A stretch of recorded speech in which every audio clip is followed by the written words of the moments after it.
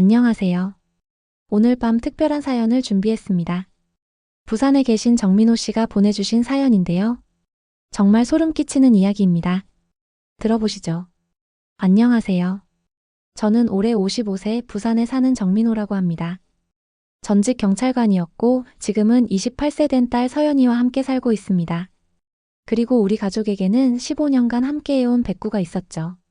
진도겸 믹스로 워낙 온순해서 동네 아이들도 무서워하지 않을 정도였습니다. 그런데 그날 2024년 11월 어느 일요일, 딸이 아빠 오늘 남자친구 데려와도 돼요?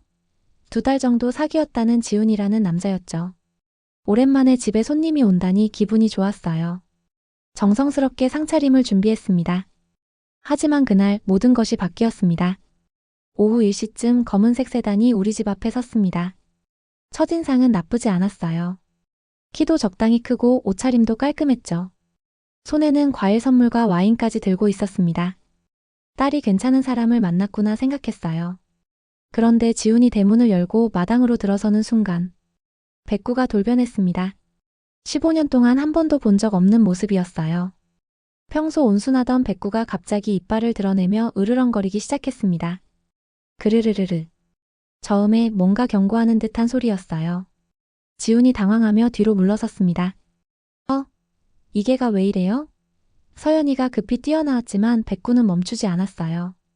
오히려 더 격렬하게 짖기 시작했습니다. 와라랄, 와라랄. 마당이 떠나갈 정도로 큰 소리였어요. 그런데 이상한 건 백구가 지훈만 바라보고 있다는 거였습니다. 더 이상한 일이 벌어졌어요. 지훈이 가방을 들어올리는 순간 백구의 반응이 더욱 격렬해졌습니다. 마치 그 가방에 뭔가 위험한 것이 들어있다는 것처럼 말이죠. 백구가 가방을 향해 뛰어들려 해서 급히 붙잡았어요. 지훈이 당황하며 가방을 몸쪽으로 끌어당겼는데 그 순간 지훈의 얼굴에 스친 표정. 당황한 게 아니라 뭔가 짜증이 났다는 표정이었어요. 물론 금방 다시 억지로 웃었지만요. 서연이가 백구에게 화를 냈어요. 백구야, 그만해.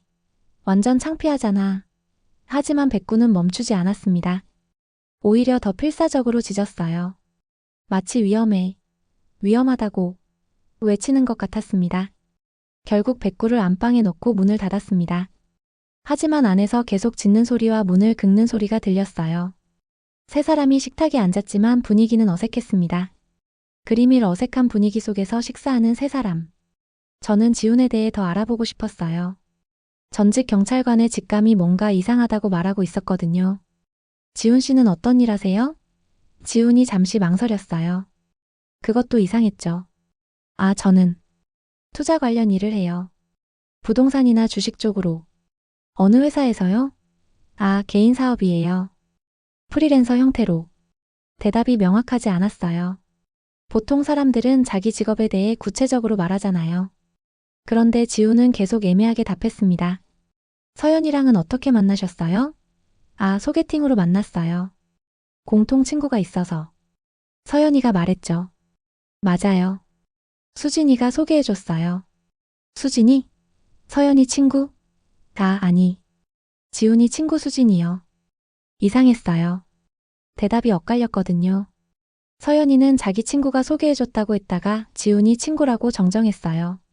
그때 안방에서 백구의 짖음이 더욱 격렬해졌습니다. 와라라랄, 와라라랄. 거의 절규하는 수준이었어요. 저는 백구 상태를 확인해야겠다고 생각했습니다. 백구 상태를 좀 봐야겠어요. 이상해요. 그런데 지훈이 급히 말했어요. 괜찮아요. 그냥 두세요. 왜요? 걔가 아픈 건 아닐까요? 아니. 그냥 제가 있어서 그런 것 같아서. 이상했어요. 외계를 확인하는 것도 말리는 걸까요? 결국 지훈이 일어났어요. 아무래도 제가 있으면 걔가 계속 불편해할 것 같아요. 서연이가 만류했지만 제가 백구와 함께 거실로 나오자 백구가 지훈을 보고 다시 으르렁거렸어요. 지훈이 후퇴했어요. 역시 안 되겠네요. 다음에 다시 올게요. 그런데 지훈이 가방을 들어올리는 순간 백구의 반응이 또 격렬해졌습니다. 와라라랄, 와라라란. 백구가 지훈의 가방을 향해 뛰어들려 했어요. 제가 급히 붙잡았지만 그 모습은 정말 필사적이었습니다. 지훈이 서둘러 현관으로 향했어요. 백구는 마지막까지 따라가며 짖었습니다. 지훈의 차가 떠나고 나서야 백구가 조금 진정됐어요. 하지만 여전히 대문 쪽을 바라보고 있었습니다. 서연이가 화를 냈어요. 아빠, 백구 왜 이래요? 완전 창피했잖아요. 나도 모르겠다. 백구가 15년 동안 이런 적이 없었는데 지훈이가 뭔 잘못을 했다고 저렇게 짖어요? 저는 생각에 잠겼어요. 동물의 본능이라는 게 있거든요. 사람이 느끼지 못하는 걸 느끼는 경우가 있죠. 동물의 본능이라는 게 있어. 사람이 느끼지 못하는 걸 느끼는 경우가 있지. 그게 무슨 말이에요? 지훈이가 나쁜 사람이라는 거예요? 그런 게 아니라 아빠도 지훈이 마음에 안 들어요? 서연이가 울먹였어요. 저도 딸을 속상하게 하고 싶지 않았어요. 하지만 제 마음속에는 의심이 자리 잡고 있었어요. 직업에 대한 애매한 대답, 소개팅 경위의 혼란, 그리고 백구의 이상한 반응. 백구가 서연에게 다가가 다리에 기댔어요. 미안하다는 듯이 말이죠. 그 눈빛에는 내가 지켜주고 있다는 의미가 담겨 있었습니다. 다음 날 서연이가 출근한 후 저는 거실을 정리하다가 이상한 것을 발견했어요. 소파 구석에 작은 약병이 하나 떨어져 있었어요. 어제 지훈이 앉았던 자리 근처였습니다. 약병을 들어보니 라벨이 없었어요.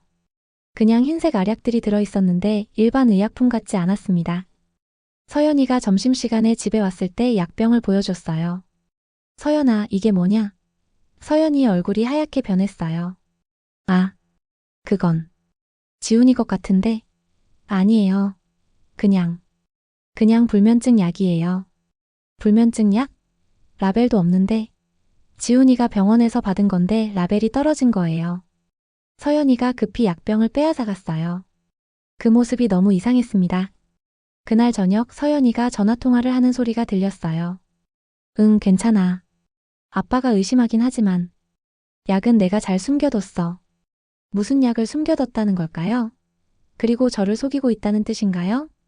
다음에 올 때는 더 조심해. 특히 그게 조심하고 백구를 조심하라니. 이상했어요. 서연이가 전화를 끊고 방으로 들어갔어요. 저는 더욱 의심이 깊어졌습니다. 혹시 딸이 뭔가 위험한 일에 휘말린 건 아닐까요? 다음 날 저는 결심했어요. 더 이상 모른 척할 수 없었습니다. 예전 경찰서 동료 민국이에게 전화를 걸었어요. 지금은 수사과에서 일하고 있는 친구였습니다. 그림일 전화로 민국에게 부탁하는 민호. 민국아, 부탁이 하나 있어. 뭔데? 약물 성분 분석 좀 해줄 수 있어? 갑자기 웬 약물 분석? 사정이 있어. 급한 거야. 그래, 가져와봐. 서연이가 출근한 후 저는 서연이 방에서 그 약병을 찾았어요. 서랍 깊숙이 숨겨져 있었습니다.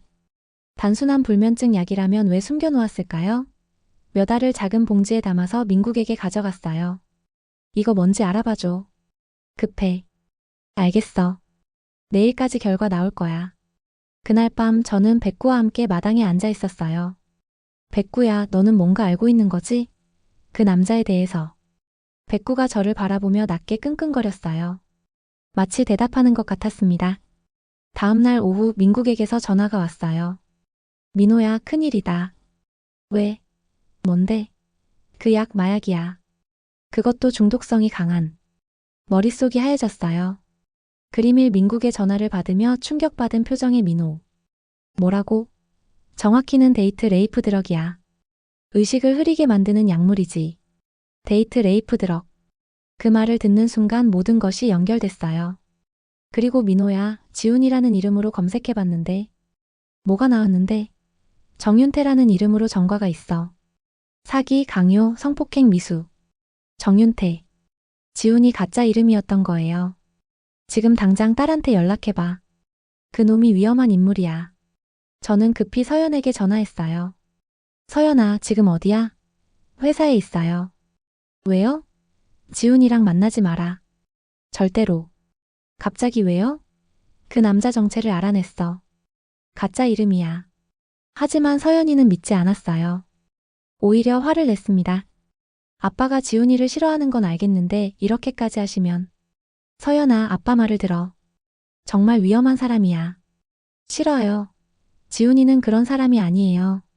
서연이가 전화를 끊어버렸어요. 저는 급히 차를 타고 서연이 회사로 향했습니다.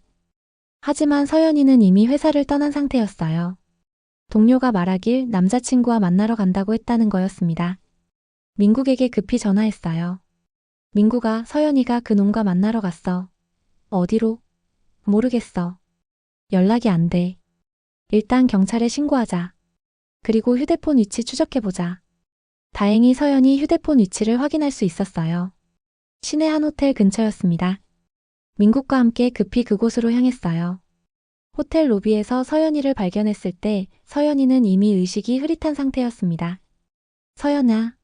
제가 소리쳤을 때 정윤태가 서연이를 부축하며 엘리베이터로 향하고 있었어요. 잠깐. 민국이 경찰 신분증을 보여주며 소리쳤어요. 정윤태는 그제서야 상황을 파악하고 도망치려 했지만 이미 늦었어요. 경찰들이 도착해서 정윤태를 현행범으로 체포했습니다. 서연이는 병원으로 이송됐고 다행히 큰 후유증 없이 회복했어요. 서연이가 회복한 후 저는 모든 것을 설명해줬어요. 민국이 가져온 정윤태의 전과 기록을 보여주니까 그제서야 믿더라고요. 이 사람이 지훈이가 가짜 이름이었어. 서연이가 울었어요. 자신이 속았다는 것을, 그리고 아버지와 백구가 옳았다는 것을 깨달았거든요. 그림일 백구를 쓰다듬으며 고마워하는 민호. 정윤태는 재판에서 징역 5년을 선고받았어요. 다른 피해자들도 여럿 있었다고 하더라고요. 그날 밤 저는 백구에게 말했어요. 백구야, 고마워. 네가 우리 딸을 지켜줬구나. 백구가 꼬리를 흔들며 제 손을 합았어요. 마치 당연한 일을 했을 뿐이라는 듯이 말이죠. 서연이도 백구에게 미안해했어요. 백구야, 미안해. 너만 알고 있었구나. 그 후로 서연이는 백구를 더욱 아꼈어요. 매일 산책도 함께하고 맛있는 간식도 챙겨주었죠. 지금 생각해보면 백구는 처음부터 모든 것을 알고 있었던 것 같아요. 그 남자가 위험한 사람이라는 것을, 그리고 우리 가족을 해치려 한다는 것을 말이죠. 동물의 본능이란 정말 무서운 것 같습니다. 정말 놀라운 이야기였습니다. 백구가 없었다면 정말 큰일 날 뻔했네요. 동물의 본능이 얼마나 소중한지 다시 한번 느끼게 됩니다. 민호 씨, 백구는 지금도 건강하게 지내고 있나요? 네, 백구는 지금도 건강하게 지내고 있습니다. 이제 16세가 되었지만 여전히 우리 가족의 든든한 수호자 역할을 하고 있어요.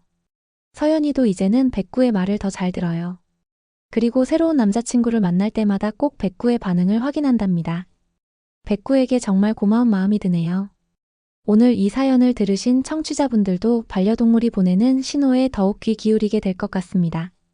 민호 씨, 소중한 사연 보내주셔서 감사합니다. 감사합니다.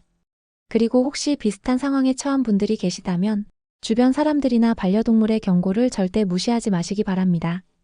그들은 우리가 보지 못하는 것을 보고 있을 수도 있거든요. 네, 정말 소중한 조언입니다. 오늘 사연 어떠셨나요? 좋으셨으면 구독, 좋아요 부탁드립니다. 우리 주변의 소중한 존재들이 보내는 신호에 더욱 귀 기울이는 시간이 되었길 바랍니다.